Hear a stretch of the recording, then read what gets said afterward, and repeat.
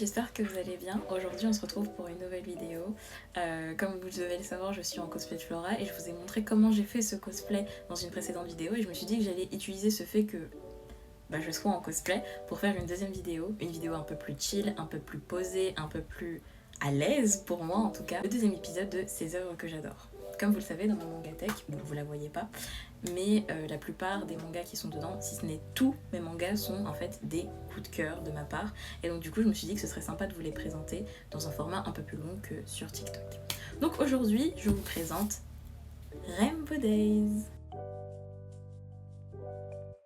Comme vous l'aurez deviné, ce manga est un shoujo terminé en 15 tomes, écrit et dessiné par Mizuno Minami et édité en 2012 par l'édition Kazé. Petite précision, là je vous parle du manga, mais il existe également deux autres adaptations de ce manga, une adaptation animée en 24 épisodes et une deuxième adaptation en drama. Personnellement j'ai vu l'animé, mais le drama j'ai pas réussi à trouver avec des sous-titres français, donc du coup je vais chercher encore et je vous dirai. D'ailleurs si vous voulez retrouver l'animé, il est disponible sur ADN et si vous ne le trouvez pas sous le titre de Rainbow Days, vous pouvez aussi le trouver sur le titre de Nijiro Days. Ok, maintenant vous avez la fiche technique, on passe maintenant au synopsis. Ce manga, on va suivre l'histoire de 4 jeunes lycéens. Natsuki, Keiichi, Matsunaga et Tsuyoshi. Je trouve que Natsuki, celui-ci, est un peu le mec un peu béné de la bande. Il a une petite amie qu'il aime très très fort et pour Noël, il aimerait lui faire un cadeau qui lui fera extrêmement plaisir. Sauf que il se trouve que sa petite amie est en fait en couple avec lui pour son argent. En effet, celle-ci a déjà remarqué plusieurs affaires de luxe qui traînaient dans les affaires de Natsuki et du coup, elle a pensé automatiquement qu'il était riche. Ce qui n'est pas le cas. C'est des affaires à ses grandes sœurs, à sa mère, etc.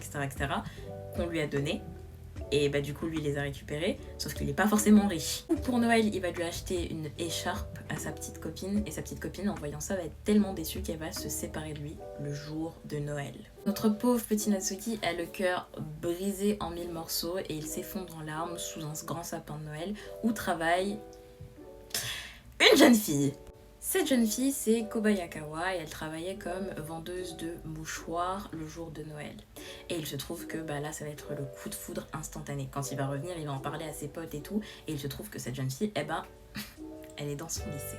Pour être tout à fait honnête, je pourrais vous dire que le synopsis s'arrête à là, mais en fait, ce qui est bien dans ce shoujo, c'est qu'on suit en fait l'histoire de ces 4 garçons en parallèle. Bien évidemment, leur destin il est lié parce qu'ils sont potes, donc forcément il y a des trucs qu'ils vont faire ensemble, mais globalement, on va suivre l'histoire de chacun des garçons. Sauf que l'histoire principale, c'est celle de Natsuki. Alerte spoil, tout ce que je vais vous dire, là ça va vous spoiler un peu les relations que vous allez voir entre guillemets dans l'animé et le manga. Faisons un petit descriptif détaillé de chaque garçon. Donc je vous ai déjà parlé, Natsuki c'est un peu le béné de la bande. On a aussi Tsuyoshi, Tsuyoshi c'est un peu, du coup en fait, le nerd de la bande, l'otaku de la bande qui est assez réservé, très intello, propre sur lui-même, etc. Et il se trouve que Tsuyoshi a une copine. Ça c'est pas un vrai spoil entre guillemets parce qu'on le sait dès le premier tome, dès le premier épisode. Cette jeune fille c'est Yuki et Yuki je l'ai déjà cosplayée. C'est une fille qui vient d'un autre collège, enfin d'un autre lycée pardon. Et du coup ils sont tous les deux des nerds ensemble et ils s'entendent super bien. C'est vraiment mon couple préféré du manga.